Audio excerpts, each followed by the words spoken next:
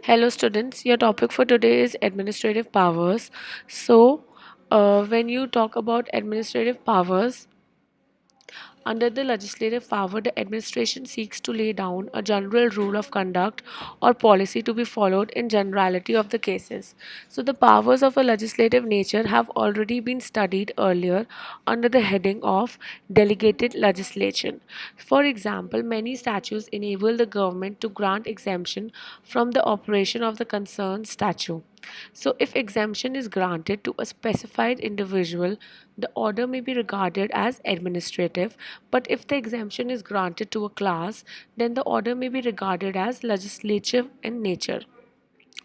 The conferment of the administrative powers by law, a few sample provisions that are conferring powers of administrative nature may be noted here for an illustrative purpose.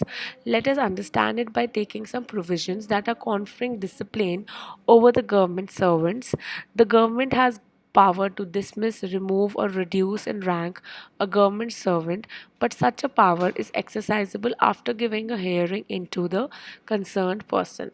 Rule 16, Clause 3 of the All India Services Rules 1958 empowers the central government to compulsorily retire a government servant who has put in certain years of service after giving him 3 months' notice.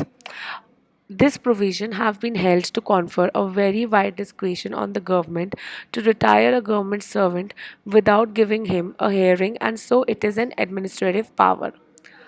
Now, there are at least four good reasons for conferring discretion on administrative authorities. The first one is this, that the present day problem which the administration to called upon to deal with are complex and varying nature, and it is difficult to comprehend them all within the scope of general rules. Most of the problems are new, practically of the first impression. They lack of any previous experience to deal with them and does not warrant the adoption of general rules. Then it is not always possible to foresee each and every problem, but when a problem arises, it must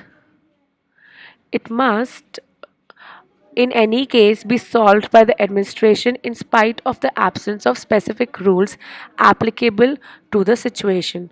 Last is that the circumstances differ from the case to case, so that applying one rule mechanically to all cases may itself result in justice. Now, the judicial control has two facets. One is to compel the legislature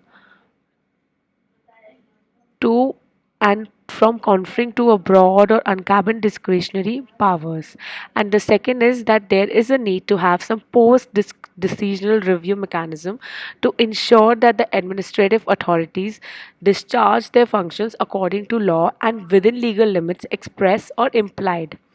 So in India, the courts have sought to spell out some limits on conferment of broad discretionary powers by invoking the fundamental rights guaranteed by the Constitution. This may involve some substantive and procedural safeguards in the exercise of powers, and the court may apply some substantive limits on the power. So they may imply some procedural safeguards, that is, an adjudicatory body being required to follow the natural justice. In other cases, the relevant law may lay down some procedural norms. Then, in the second situation where there is a need to have some post decisional review mechanism to ensure that administrative authorities discharge their functions according to law and within legal limits express or implied.